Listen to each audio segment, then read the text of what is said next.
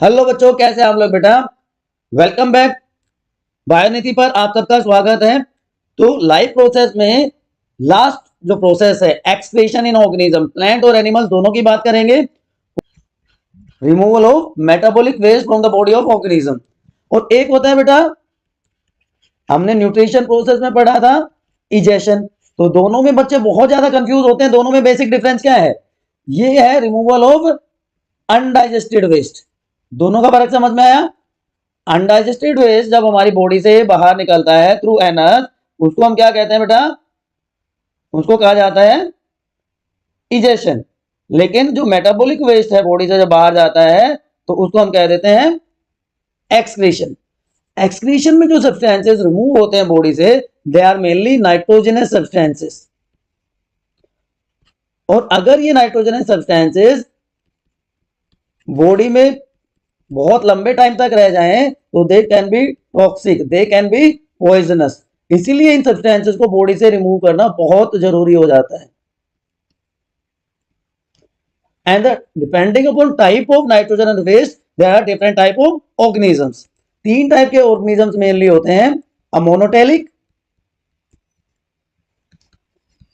Uricotelic and ureotelic.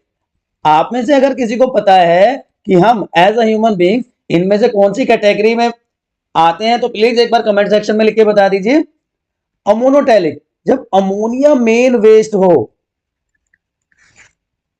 ठीक है ना, अमोनिया मेन वेस्ट हो, एक्सक्रीटरी वेस्ट हो, ऐसे ऑर्गेनिजम्स को कहते हैं अमोनोटेलिक ऑर्गेनिजम्स। और एक्वेटिक ऑर्गेनिज्म जो पानी में रहते हैं, ये इसका बेस्ट एग्जांपल है बच्चों। यूरिकोटेलिक, यूरिको का मतलब है यूरिक एसिड। तो यूरिक एसिड जब मेटाबॉलिक वेस्ट होगा तो उसको कहेंगे यूरिकोटेलिक ऑर्गेनिजम्स। आपने देखा होगा बर्ड्स का जो वेस्ट होता है वो सेमी सॉलिड फॉर्म में होता है, बिकॉज बर्ड्स को कंजर्व करना होता है वाटर, और वो कंजर्व वाटर उनको फ्लाइट में काम आता है। तो इसीलिए उनका जो वेस्ट होता है वो सेमी सॉलिड होता है, जो कि यूरिक एसिड है। एंड जब urea as a waste remove होता है बॉडी से, then such organisms are known as ureotelic organisms. तो अमोनोटेलिक, यूरिकोटेलिक एंड यूरियोटेलिक तीन टाइप के ऑर्गेनिजम्स हो गए। ठीक है बेटा। तो बायोकेमिकल रिएक्शन जो होती हैं किसी भी ऑर्गेनिजम्स की सेल में, जिसकी वजह से टॉक्सिक सब्सटेंसेस प्रोड्यूस हुए, और एक ऑर्गेनिज्म को नॉर्मल लाइफ लीड करने के लिए इन सब्सटेंसेस को बॉडी से बाहर निकालना जरूरी है, और ये कंटिन्यूअस ऑनगोइंग प्रोसेस है। तो biological removal of toxic waste from the body of organism is called as excretion. Human excretion की अगर हम बात करें तो ह्यूमन में दो तरह के एक्सक्रीटरी ऑर्गन्स हो सकते हैं। पहला कहलाते हैं मेन एक्सक्रीटरी ऑर्गन्स, जो कि हमारा एक्सक्रीटरी सिस्टम बनाते हैं। And second one are known as accessory respiratory organs. तो एसेसरी रेस्पिरेटरी ऑर्गन्स जिसमें मेनली क्या आ जाता है? Skin, lungs, liver. इसके अलावा आप इंटेस्टाइन भी इसमें जोड़ सकते हैं। इंटेस्टाइन में भी वेस्ट रिमूवल होता है, इंटेस्टाइन के थ्रू भी वेस्ट रिमूवल होता है। तो जो पर्पस है यूरिन को फिल्टर आउट करने का, वहां से वेस्ट प्रोडक्ट को निकालने का, और जो CO2 रिमूव होती है ब्लड से in the lungs, nitrogenous waste जो यूरिया और यूरिक एसिड के फॉर्म में बाहर निकलते हैं, वो मेन पर्पस है हमारे पूरे एक्सक्रीटरी सिस्टम का। तो हम मेन एक्सक्रीटरी ऑर्गन्स में जाएं या ह्यूमन के एक्सक्रीटरी सिस्टम में जाएं, उससे पहले बात कर लेते हैं एसेसरी एक्सक्रीटरी ऑर्गन्स की। सबसे पहला स्किन। तो जो स्वेटिंग होती है हमारी बॉडी में, स्वेटिंग के थ्रू बहुत सारे नाइट्रोजनस वेस्ट हैं, जो वाटर है, सोल्ट है, वो हमारी बॉडी से बाहर निकल जाते हैं। तो वाटर, सोल्ट्स का रिमूवल जो है हमारी बॉडी से स्किन के थ्रू हो सकता है, स्वेटिंग के थ्रू हो सकता है। लंग्स, कार्बन डाइऑक्साइड जो गैस एक्सचेंज है उसके टाइम पे, और little amount of water vapours also. Water vapours भी थोड़े से रेस्पिरेशन के टाइम पे बॉडी से बाहर निकल जाते हैं। लीवर मेन, अगर हम एक्सक्रीटरी सिस्टम को हटा दे तो उसके अलावा लीवर जो है मेन एक्सक्रीटरी ऑर्गन है। क्योंकि देखो बेटा, यूरिया की जो फॉर्मेशन है ना वो कहां होती है, लीवर, और उसका एलिमिनेशन कहां से होता है, रिमूवल कहां से होता है, थ्रू किडनीज। ठीक है, लीवर जो है वो डिग्रेड करता है हीमोग्लोबिन को, जो डेड वोर्न आउट आरबीसीज होती है ना उनको डिग्रेड कर देता है। जो बाइल पिगमेंट्स हैं बिलिरुबिन और बिलिरुबिडिन उनको डिग्रेड करने का काम करता है। कोलेस्ट्रॉल एक्सक्रीट करता है, कोलेस्ट्रॉल को भी एक्सक्रीट करता है। तो इसलिए लीवर बहुत इंपॉर्टेंट एक्सक्रीटरी ऑर्गन हो जाता है। जो इंटेस्टाइन में एपिथेलियल सेल्स हैं इंटेस्टाइन की, एपिथेलियल सेल्स ऑफ इंटेस्टाइन, वो जो एक्सेस सॉल्ट्स हैं, चाहे वो कैल्शियम सॉल्ट हो, चाहे वो आयरन हो, चाहे वो मैग्नीशियम सॉल्ट हो, उन सब को रिमूव करने में हेल्प करता है। तो skin, lungs, liver and intestine acts as accessory excretory organs in human beings. याद रहेगा मेरे बच्चों को? बताइए बताइए, फटाफट बताइए। Clear to everyone? चलिए अब हम आ जाते हैं ह्यूमन एक्सक्रीटरी सिस्टम पे, या excretory system in human beings, जो कि स्टार्ट होता है पेयर्ड किडनी से, पेयर्ड यूरेटर होते हैं, और single urethra and urinary bladder. ये चारों स्ट्रक्चर मिलकर बच्चों बनाते हैं ह्यूमन एक्सक्रीटरी सिस्टम। याद रहेगा? चार ही स्ट्रक्चर है, कोई बहुत ज्यादा पार्ट्स आपको याद रखने की जरूरत नहीं है।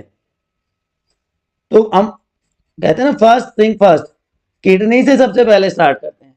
तो किडनी में कुछ पैरामीटर्स हैं, मेन एक्सक्रीटरी ऑर्गन है। चलिए आपके लिए लिख देते हैं, आपको सबको वैसे पता है kidneys are the main excretory organ found in human beings. Colour कैसा होता है किडनीज का? कलर कैसे होता है? Brick red colour, they are brick red in colour. Size कैसी दिख रही है आपको? यहाँ पे बीन शेप स्ट्रक्चर होती है, बीन शेप स्ट्रक्चर है। वेट 125 से 170 ग्राम तक इनका वेट हो सकता है। साइज भी, सॉरी ये था शेप, साइज भी इंपॉर्टेंट होता है। 10 इंटू 5 इंटू 3, ये हो गई इसकी लेंथ, ये उसकी हो गई ब्रेथ, और ये हो गया इसका थिकनेस। तो 3 इंटू 5 इंटू 3। पोजिशन कहाँ लोकेटेड होती है, किडनीज कहाँ प्रेजेंट होती है? बहुत सारे लोगों को कंफ्यूजन है। मैं तो ये कहूंगा बल्कि 60 to 70% लोगों को पता ही नहीं होता कि उनकी किडनी कहाँ प्रेजेंट है।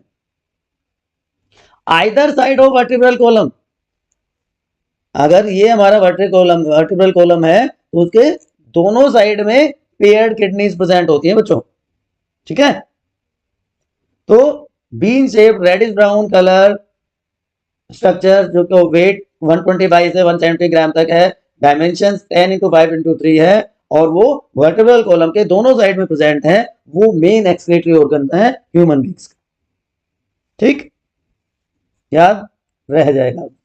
स्ट्रक्चरली अगर हम देखें, इंटरनल स्ट्रक्चर की अगर हम बात करें तो क्या होगा? देखिए इसका कलर में थोड़ा सा रेड ही बेटर है। Each kidney is double membrane structure, दो मेम्ब्रेन होती है। दो मेम्ब्रेन का मतलब कि एक तो ये है, इसके ऊपर एक कवरिंग होती है। तो each kidney is surrounded by a protective covering. ठीक है, जिसको कहते हैं capsule of connective tissue, capsule of connective tissue is present, और इसको कहते हैं रीनल कैप्सूल। ठीक है, जो एक एरिया, एक साइड है वो कॉन्वेक्स है, एक साइड जो है वो कॉनकेव होती है। दो सरफेसेस हैं, कॉनकेव एंड कॉन्वेक्स सरफेसेस। जो मेडियल सरफेस है वो कॉनकेव है, जो एक्सटर्नल सरफेस है वो जो है लैटरल जो सरफेस है वो कॉन्वेक्स होता है। अब आपने देखा होगा किडनी की पोजीशन में भी डिफरेंस है, दोनों किडनी एक लेवल पे प्रेजेंट नहीं है। जो लेफ्ट किडनी है वो स्लाइटली ऊपर होती है, राइट किडनी स्लाइटली लोअर होती है पोजीशन में, राइट किडनी नीचे की तरफ होती है। Internally each kidney is divided into two parts, outer part को कह देते हैं कोर्टेक्स और इनर पार्ट बच्चों होता है medulla. Outer cortex and inner medulla दो पार्ट हो गए। और structural and functional unit of kidney, structural and functional unit of kidney is known as nephron. इसके बारे में हम अलग से डिटेल में बात करेंगे, ठीक है। अब जब इंटरनल स्ट्रक्चर देखते हैं तो यहां पे आपको ब्रूम लाइक स्ट्रक्चर दिख रही हैं, जिनको रीनल पिरामिड्स कहते हैं, रीनल पिरामिड्स कहा जाता है। रीनल पिरामिड्स ओपन होते हैं माइनर कैलेक्स में, ये जो छोटी वाली लाइन दिख रही है, और ये छोटी माइनर कैलेक्स से मिलके मेजर कैलेक्स में ओपन होती है, and major calyx open into renal vein. तो ये पाथवे होता है किसका, इंटरनली किडनी किस तरह से अपना जो वेस्ट है फिल्ट्रेट हो वेन में भेजती है, ठीक है। Now nephron, structural and functional unit of kidney. एक तरफ बेटा आप देखो, यहां पे जो आ रही है उसको एफेरेंट आर्ट्रियोल कह रहे हैं, जिसकी एंट्री हो रही है, और जो एग्जिट करके जा रही है उसको कहते हैं इफेरेंट, एफेरेंट एंड इफेरेंट। तो सबसे पहले कुछ नंबर्स की बात कर लेते हैं। Each nephron, sorry, in each kidney 1 million nephron are present, 1 million in each kidney. अब आपको न्यूरॉन से कंफ्यूज नहीं होना है, neuron is structural and functional unit of nervous system, लेकिन ये एक्सक्रीटरी सिस्टम किडनी की स्ट्रक्चरल और फंक्शनल यूनिट है, जो कि 30 से 40 mm की लेंथ इसकी होती है, ठीक है। तो नेफ्रॉन के पार्ट्स की मैं बात कर देता हूं। तो नेफ्रॉन को हम 3 रीजन्स में डिवाइड कर सकते हैं, 3 एरियाज, 3 पार्ट, जो भी आप कहना चाहो। सबसे पहला पार्ट कहलाता है मालपीजियन ट्यूब्यूल। जो मिडल पार्ट है, मिडल एरिया है, उसको कहेंगे हम renal tubule, and the last one is known as collecting duct. Malpighian tubule बच्चों दो स्ट्रक्चर से मिलकर बना होता है। यहां पर आप देख रहे होंगे जो आउटर डबल मेम्ब्रेनस स्ट्रक्चर जो आपको दिखाई दे रही है, that is known as Bowman's capsule. और जो रीनल, सॉरी, एफेरेंट आर्ट्रियोल और इफेरेंट आर्ट्रियोल एक बंच बना रहे हैं, फाइन ब्रांचिंग हो रही है जिनकी, that area is known as glomerulus. तो ग्लोमेरुलस और बोमेन्स कैप्सूल मिलके क्या कहलाते हैं, क्या बनाते हैं, मालपीजियन ट्यूब्यूल। याद रहेगा आपको, या मालपीजियन बॉडी आप कह दो। तो ये जो कप शेप स्ट्रक्चर है, ये है बोमेन्स कैप्सूल, और ये जो फाइन ब्रांचिंग है एफेरेंट एंड डिफरेंट आर्ट्रियोल की, इसको हम कहते हैं ग्लोमेरुलस। ये वो पार्ट है बच्चों नेफ्रॉन का जहां पे अल्ट्रा फिल्ट्रेशन होता है, अल्ट्रा फिल्ट्रेशन टेक्स प्लेस। जब हम मैकेनिज्म पढ़ेंगे यूरिन फॉर्मेशन का, तब मैं आपसे यहां से ये पूछूंगा कि अल्ट्रा फिल्ट्रेशन कहां पे होता है। उसके बाद आ जाता है ट्यूबुलर सिस्टम। तो इस ट्यूबुलर, सॉरी, ये रीनल ट्यूब्यूल्स आ जाती हैं। इसमें proximal convoluted tubule, Henle's loop, distal, ये पीसीटी है, प्रॉक्सिमल कन्वोलेटेड, तो ये प्रॉक्सिमल है, और जो दूर की साइड होता है उसको डिस्टल कन्वोलेटेड ट्यूब्यूल या डीसीटी कहा जाता है, ठीक है। तो ये 3 स्ट्रक्चर्स मिलकर रीनल ट्यूब्यूल या ट्यूबुलर सिस्टम बनाते हैं। And lastly collecting duct. याद रहेगा आप लोगों को, बोलते रहो, जागते रहो। तो पीसीटी, प्रॉक्सिमल कन्वोलेटेड ट्यूब्यूल, क्या होता है, देखिए बेटो, जो बोमेन्स कैप्सूल के पीछे का जो एरिया है, इसको कह देते हैं बच्चे मेरे प्रॉक्सिमल कन्वोलेटेड ट्यूब्यूल, ठीक है, याद रहेगा। तो जो किडनी का जो कोर्टेक्स रीजन है, वहां पे ये प्रेजेंट होता है, present in cortex region. Cortex और मेडुला मैंने 2 पार्ट बताए थे ना, outer cortex and inner medulla. तो ये वो वाला पार्ट है जो कोर्टेक्स रीजन में प्रेजेंट होता है। या कोर्टिकल रीजन में जो प्रेजेंट होता है उसको प्रॉक्सिमल कन्वोल्यूटेड ट्यूब्यूल कहते हैं। उसके बाद ये नीचे की तरफ जाएगा, नीचे की तरफ जाके इस तरह से कोयल हो जाएगा और यहाँ पे जो स्ट्रक्चर बनती है उसको कहते हैं बेटा हैनलेज लूप। तो सेकंड पार्ट क्या हो गया इसका, हैनलेज लूप। तो कनेक्शन है प्रॉक्सिमल कन्वोल्यूटेड ट्यूब्यूल के साथ और दूसरी तरफ ये जुड़ जाएगा डिस्टल कन्वोल्यूटेड ट्यूब्यूल के साथ। तो ये यू शेप स्ट्रक्चर है, ये आगे की तरफ मूव करेगा ऐसे, तो it is a U shape structure. इसके भी दो लिम्स होते हैं, descending limb and ascending limb, descending and ascending limb of loop of Henle. ठीक है, इसमें भी थिक और थिन सेगमेंट होते हैं, इतना डिटेल में भी आपको जाने की जरूरत नहीं है। और ये पार्ट आगे जाकर क्या बना देगा, डिस्टल कन्वोल्यूटेड ट्यूब्यूल या डीसीटी।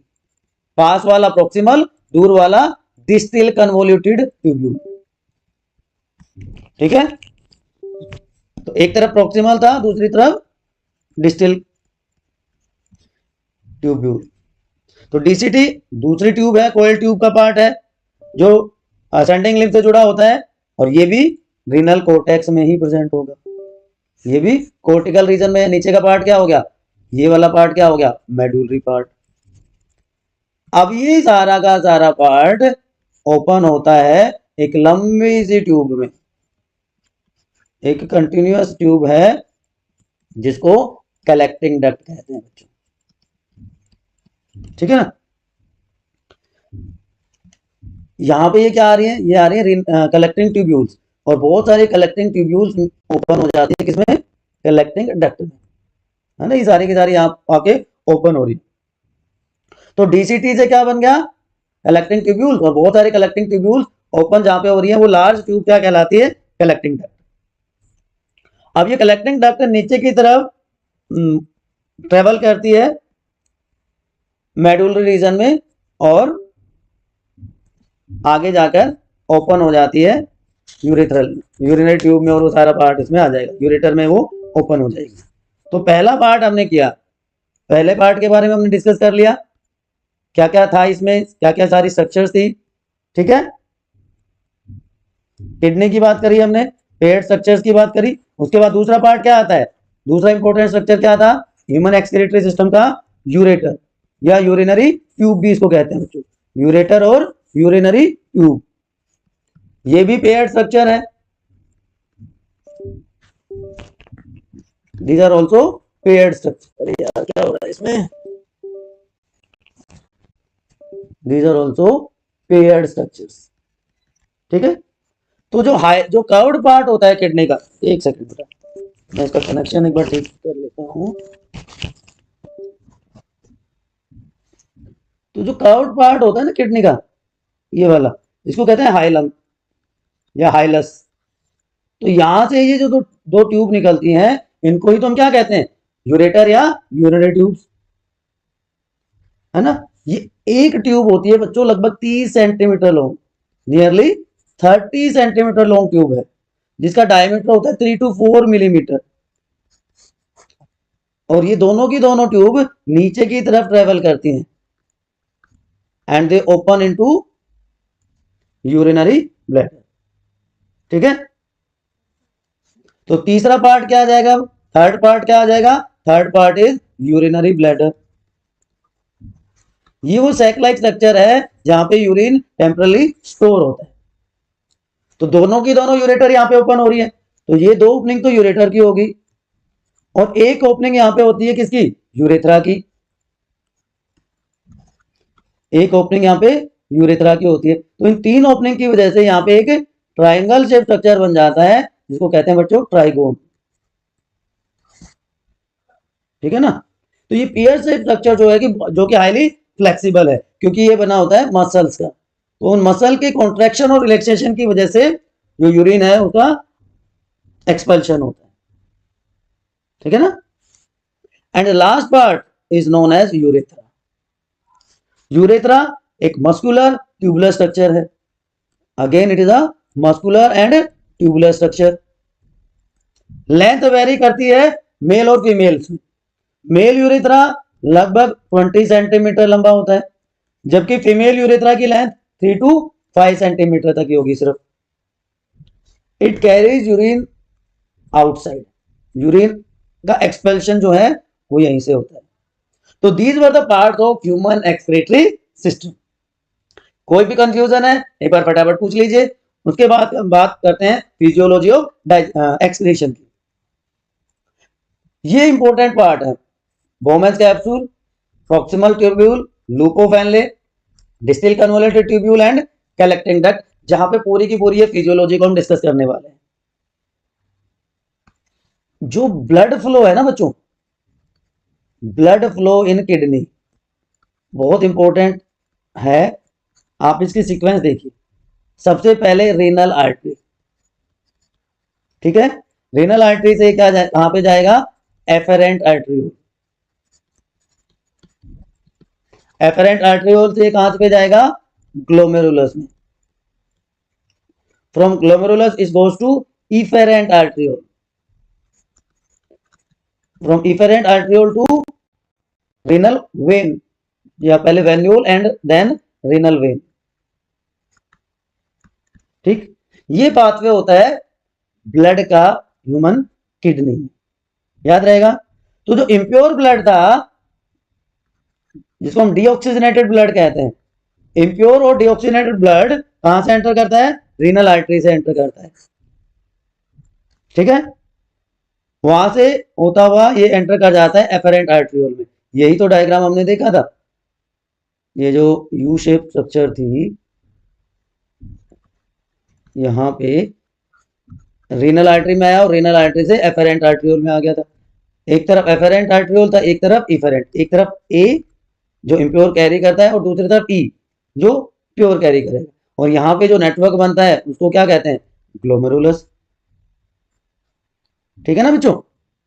तो इम्प्योर ब्लड आया रीनल आर्टरी से एफेरेंट आर्टरियोल की हेल्प से, ठीक है, और ये ग्लोमेरुलस में पहुंच गया। अब जो फिल्ट्रेट है वो तो नीचे की तरफ चला जाएगा प्रॉक्सिमल कन्वर्टेड ट्यूब्यूल में, और जो प्योर ब्लड है वो कहां पे आ जाएगा, इफेरेंट आर्टरियोल में, वेन्यूल से होता हुआ रीनल वेन में आ जाएगा।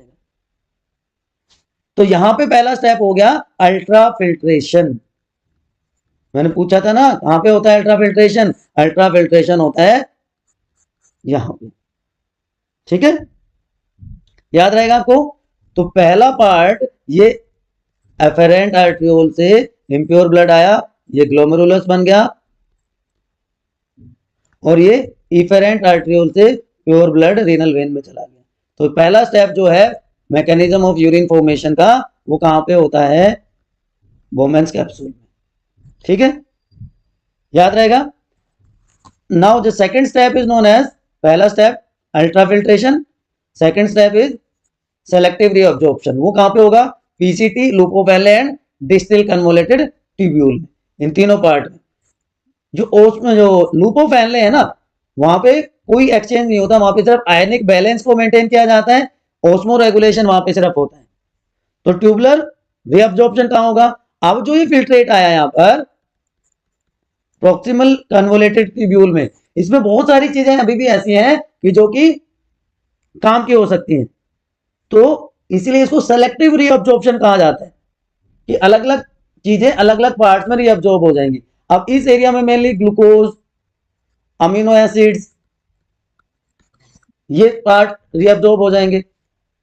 अब जो दो लिम्ब थे, एक तरफ डिसेंडिंग लिम्ब, दूसरी तरफ ascending limb of loop of Henle. तो descending limb is impermeable to water, इसमें से वाटर की एंट्री नहीं हो सकती, लेकिन आयंस के लिए परमिएबल है, it is permeable to ions. और इधर उल्टा हो जाएगा, इट इज, इसमें आयंस की एंट्री नहीं है but it is water permeable.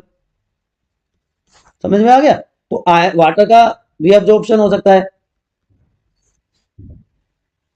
तो इन सारे पार्ट्स में रीअब्जॉर्प्शन होने के बाद कि पीसीटी, लूप ऑफ हेनले जहां पे आयनिक एक्सचेंज, आयनिक बैलेंस मेंटेन होगा, एंड डिस्टल कन्वोल्यूटेड ट्यूब्यूल जहां पे सेलेक्टिव रीअब्जॉर्प्शन होता है, कंडीशनल रीअब्जॉर्प्शन होता है, किस किसका, सोडियम आयंस का प्लस वाटर का। अदरवाइज यहां पे तो वाटर का एब्जॉर्प्शन है ही नहीं असेंडिंग लिम्ब में तो। And lastly third part that is known as tubular secretion.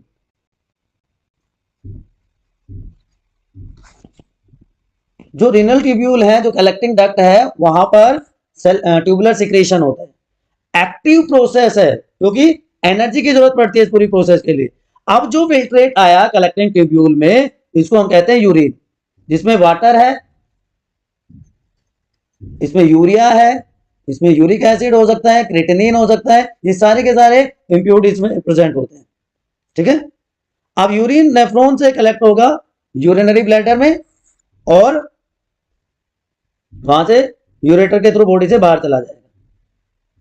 ठीक है ना। तो ये मैकेनिज्म होता है यूरिन फॉर्मेशन का ह्यूमन बींग्स में। याद रह जाएगा बच्चों, आपको याद रहेगा। जहां पे भी आपको कोई कंफ्यूजन लगे फटाफट आप एक बार कमेंट सेक्शन में पूछ लीजिए। उसके बाद बात आती है आर्टिफिशियल किडनी। ये बहुत आपने सुना होगा, डायलिसिस आपने बहुत सुना होगा। उससे पहले एक वर्ड और बता दूं आपको, एक छोटा सा टॉपिक और बता दूं आपको। जो बना वो क्या बना, यूरिन। तो यूरिन का बॉडी से बाहर निकलना वो क्या कहलाता है, यूरिनेशन, या उसको कहते हैं बेटा मिक्चुरेशन। मिक्चुरेशन या यूरिनेशन होता है, passing out of urine from the body. Per day 1.6 to 1.8 litre urine is excreted out per day. Urinary bladder की मैक्सिमम कैपेसिटी होती है 700 से 800 ml। इसलिए कहते हैं कि यूरिनेशन को बहुत लंबे टाइम तक होल्ड नहीं करना चाहिए। ठीक है। और यूरिनेशन डिपेंड करता है, मिक्चुरेशन डिपेंड करता है वेदर पे, या जिसको हम एनवायरमेंटल कंडीशन कह देते हैं। कि समर्स में क्योंकि स्वेटिंग बहुत ज्यादा होती है तो मिक्चुरेशन होता है कम, लेकिन विंटर्स में नहीं होती स्वेटिंग तो फ्रीक्वेंसी ऑफ यूरिनेशन बढ़ जाती है, बार बार आप बाहर जाते हो। दूसरा होता है टाइप ऑफ फूड टेकन, कि अगर हम डायूरेटिक सब्सटेंसेस ले लेंगे, हम टी कॉफी इस तरह के सब्सटेंसेस ज्यादा लेते हैं तो फ्रीक्वेंसी ऑफ यूरिनेशन बढ़ जाती है। तीसरा होता है एज, विद एडवांसिंग एज जो मसल्स होती है ना वो लूज पड़ जाती है तो फ्रीक्वेंसी ऑफ यूरिनेशन बढ़ जाती है। And physiological activity, physiological activity से मतलब है कि एक लेबरर जो है उसको बेचारे को ज्यादा काम करना पड़ता है तो स्वेटिंग कर लेता है तो उसकी बॉडी से जो वेस्ट है वो रिमूव हो गया। लेकिन एक बंदा जो एसी में बैठा हुआ है, फिजिकल वर्क नहीं कर रहा, तो ऑब्वियस ही बात है वहां पे फ्रीक्वेंसी ऑफ यूरिनेशन होगी ज्यादा। ठीक है बेटा, याद रहेगा आपको। तो चार प्रोसेस मतलब चार पैरामीटर्स हैं, चार कंडीशंस हैं जिन पे फ्रीक्वेंसी ऑफ यूरिनेशन या मिक्चुरेशन डिपेंड करती है। ठीक है, याद रहेगा आपको। चलिए अब बात करते हैं आर्टिफिशियल किडनी, हेमोडायलिसिस, डायलिसिस जो भी आप कहना चाहें इसको कह सकते हैं। इसमें एक इंपॉर्टेंट नाम आपको याद रखना पड़ेगा, विलियम कोल्फ। विलियम कोल्फ वो साइंटिस्ट थे जिन्होंने सबसे पहले, is known as father of dialysis आप कह सकते हो। अब कब जरूरत पड़ती है इसकी, कि जब पर्सन की किडनी फेल हो जाती है, एक किडनी फेल हुई और दूसरी एनलार्ज कर जाएगी तो उसका काम करना शुरू कर देगी। लेकिन जब दोनों की दोनों किडनी फेल हो जाए तब इसकी जरूरत पड़ती है, तब डायलिसिस या आर्टिफिशियल किडनी की जरूरत पड़ती है कि जो नाइट्रोजनस वेस्ट है वो बॉडी से बाहर निकलते चले जाए। तो पीरियडिक सोल्यूशन है, बार बार ये करवाना पड़ता है। अल्टीमेट सोल्यूशन तो क्या होगा, किडनी ट्रांसप्लांट होगा। तो इसमें करते क्या है, इसमें होता कैसे है, तो जो डायलाइजिंग सॉल्यूशन है ना बच्चों, डायलाइजिंग सॉल्यूशन की अगर आप कंपोजिशन देखोगे तो उसमें होता है वाटर, उसमें होता है ग्लूकोज और उसमें होते हैं सोल्ट्स। ये कंपोजिशन होती है। और जो मशीन है वो आर्टिफिशियल किडनी की तरह काम करती है, वो ब्लड को फिल्टर करती रहती है। तो मैकेनिज्म क्या है कि ब्लड जो है पेशेंट का उसको बाहर निकाल लिया जाता है, मेन आर्टरी की हेल्प से ब्लड को बाहर निकाला जाता है। उसको कूल किया जाएगा 0 डिग्री सेल्सियस पर, 0 डिग्री सेल्सियस पे ब्लड को कूल किया जाता है। और एंटीकोएगुलेंट जो ब्लड को क्लोट ना होने दे, जैसे हिपेरिन, वो उसमें ऐड कर दिया जाता है क्लोटिंग से बचाने के लिए। और उसको एक चैम्बर में डाल दिया जाता है, जिसको डायलाइजर या डायलाइजिंग चैम्बर कहते हैं। अब ब्लड यहाँ पे फ्लो करेगा जैसे हमारी बॉडी में फ्लो करता है। जो मेम्ब्रेन होती है वो सेलोफोन मेम्ब्रेन हमारी सेल मेम्ब्रेन के जैसी ही होती है, ठीक है। तो उस डायलाइजिंग फ्लूइड को एक तरफ से इसमें ऐड किया जाता है, वो फिल्ट्रेशन कर रहा है सेलोफोन मेम्ब्रेन। तो जो नाइट्रोजनस वेस्ट सब्सटेंसेज हैं वो सारे उसमें से रिमूव हो जाएंगे, यूरिया, यूरिक एसिड, क्रिएटिनिन, वो सारे के सारे डिफ्यूज करके कहाँ आ जाएंगे, डायलाइजिंग फ्लूइड में आ जाएंगे। तो इसीलिए डायलाइजिंग फ्लूइड को भी बार बार रिप्लेस करना पड़ता है। तो जो ब्लड अब आएगा आर्टिफिशियल किडनी से बाहर वो होगा pure blood, clean pure blood होगा। अब इसको दोबारा से वार्म किया जाएगा, गर्म किया जाएगा, बॉडी टेम्परेचर पे उसको लेके आया जाएगा, ठीक है। And then it is mix with anti heparin, ठीक है, टू रिस्टोर उसकी जो ब्लड क्लोटिंग कैपेबिलिटी है उसको, और फिर वेन में उसको इंजेक्ट कर दिया जाएगा, ठीक है। तो 3 से 4 घंटे लगते हैं पूरी प्रोसेस को कंप्लीट करने में। लेकिन यहाँ पे कोई रीअब्जॉर्ब इसका अगर लिमिटेशन देखें, अगर कोई आपसे पूछे व्हाट आर द लिमिटेशंस, तो लिमिटेशन में क्या है, नो रीअब्जॉर्प्शन ऑफ दिस। ये तो सारा आर्टिफिशियल ही होगा। ब्लड सेल्स कई बार डैमेज हो जाती हैं, ब्लड सेल्स आर डैमेज्ड। तो ये हेमोडायलिसिस या आर्टिफिशियल किडनी की व्हाट यू से लिमिटेशन है, ठीक है, याद रहेगा। तो ऑर्गन डोनेशन करना पड़ता है। ऑर्गन डोनेशन में क्या होता है कि भाई कोई आपका रिलेटिव या कोई डोनर मिल जाए जो आपको किडनी दे दे, आपका काम हो जाएगा। तो ऑर्गन डोनेशन में एलोग्राफ्ट होता है, जीनोग्राफ्ट होता है। चलिए हम उस डिटेल में नहीं जाते हैं, अगर आप में से किसी को पूछना हो तो आप कमेंट सेक्शन में पूछ सकते हैं। तो अभी तक हमने क्या देखा कि हमने देखा कि बहुत सारे नाइट्रोजन वेस्ट होते हैं बॉडी में, उनको अलग अलग तरीके से बाहर निकाल दिया जाता है। अच्छा, एक और इंपॉर्टेंट बात बताओ, ये करके देखो, जो यूरिन है वो पेल येलो कलर का होता है, क्यों होता है, बता सकता है कोई आप में से, क्यों होता है? यहाँ पे होता है एक पिगमेंट, उस पिगमेंट को कहते हैं यूरोक्रोम, और यूरोक्रोम पिगमेंट जो है ना बच्चों, वो इसको कर देता है पेल येलो कलर का, ठीक है, ठीक है। चलिए, तो यूरिन में 96% तो सिर्फ वाटर ही होता है, और बाकी जो ऑर्गेनिक सब्सटेंसेज हैं 2 से 2.5% ऑर्गेनिक सब्सटेंसेज होते हैं, ठीक। एक kidney per day 180 litre fluid को सर्कुलेट करती है बॉडी से। चलिए, अब थोड़ी सी बात कर लेते हैं बाकी हिस्से की भी, क्योंकि एक्सक्रीशन तो हमें औरों में भी पढ़ना है ना, किस में पढ़ना है, एक्सक्रीशन इन प्लांट्स। तो जो डिफरेंट ऑर्गन्स होते हैं, सॉरी, जो डिफरेंट पार्ट होते हैं प्लांट के, वो अलग अलग ढंग से एक्सक्रीशन शो करते हैं। तो एक्सक्रीशन इन प्लांट्स की बात करते हैं। प्लांट्स में बात करते हैं एक्सक्रीशन की, तो जो डिफरेंट पार्ट हैं, चाहे वो व्हाट यू से स्टेम है, चाहे वो लीफ है, या फ्रूट्स हैं, तो डिफरेंट पार्ट्स, एक बार दोबारा से लिखता हूं, प्लांट्स में स्टेम, लीफ, फ्रूट्स, मतलब डिफरेंट पार्ट्स जो हैं अलग अलग ढंग से वेस्ट को रिमूव करती हैं, ठीक है, याद रहेगा आपको। इसी तरह चलो यूनिसेलुलर ऑर्गेनिज्म की बात बाद में बताऊंगा, पहले प्लांट्स की ही बात बता देता हूं। तो आपने देखा होगा जो प्लांट्स हैं उनमें गम्स प्रोड्यूस होते हैं, उनमें रेजिन्स प्रोड्यूस होते हैं, है ना। लीव्स जो है स्टोमेटा के थ्रू रेस्पिरेटरी गैसेस को रिमूव कर देती हैं। जो स्टेम होता है या उसमें गम्स या रेजिन्स होते हैं, उसके हेल्प से वेस्ट सब्सटेंसेस बॉडी से बाहर निकल जाते हैं। तो जो डिफरेंट पार्ट हैं प्लांट के, वो डिफरेंट तरह से वेस्ट को रिमूव करते हैं। जो रूट्स होंगी, रूट सॉइल में वेस्ट को डाल देंगी, एक्सक्रीट आउट कर देंगी।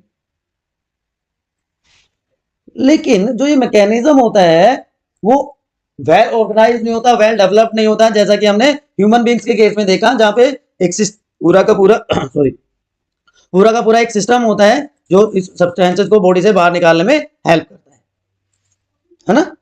अब कुछ यूनिसेलुलर ऑर्गेनिजम्स भी तो होते हैं, तो यूनिसेलुलर ऑर्गेनिजम्स में एक्सक्रीशन कैसे होता है, वहां तो एक ही सेल है, उसी सेल के थ्रू सारे काम होने हैं। तो जो व्हाट यू से फ्रेश वाटर यूनिसेलुलर ऑर्गेनिजम्स होते हैं, फ्रेश वाटर यूनिसेलुलर ऑर्गेनिजम्स में होते हैं कॉन्ट्रैक्टाइल वैक्यूल्स, और ये कॉन्ट्रैक्टाइल वैक्यूल्स हेल्प करते हैं ऑस्मोरेगुलेशन, आयनिक बैलेंस को मेंटेन करने में। ठीक है, अब इसमें कौन कौन से आ गए, इसमें आ गया अमीबा आ गया, आपका पैरामीशियम आ गया, ये सारे ऑर्गेनिजम्स आ जाते हैं। ठीक है ना। उसके अलावा और दूसरे ऑर्गेनिजम्स में कैसे होगा, जो सिंपल मल्टीसेलुलर ऑर्गेनिजम्स है, ह्यूमन बींग्स की बात नहीं कर रहा मैं, सिंपल मल्टीसेलुलर ऑर्गेनिजम्स में कैसे होगा, जैसे एक्वाटिक ऑर्गेनिजम्स में आ जाता है मराइन ऑर्गेनिजम्स, स्पंजेस आ गए, पोरिफेरेंस आ गए, सिलेंट्रेटा आ गया। इनमें कोई वेल ऑर्गेनाइज्ड एक्सक्रीटरी ऑर्गन्स नहीं होते, तो वो डायरेक्ट वाटर में अपना एक्सक्रीट डाल देते हैं। तो एक्सक्रीटरी ऑर्गन जो है ना बच्चों, एक्सक्रीटरी ऑर्गन या एक्सक्रीटरी सिस्टम सबसे पहले डेवलप हुआ प्लेटी एलिमेंट्स में, प्लेटी एलिमेंट्स में सबसे पहले एक्सक्रीटरी सिस्टम डेवलप हुआ, जिनको कहते हैं फ्लेम सेल्स। ठीक है, उसके बाद हम आते हैं एनालिडा पे। एनालिडा में या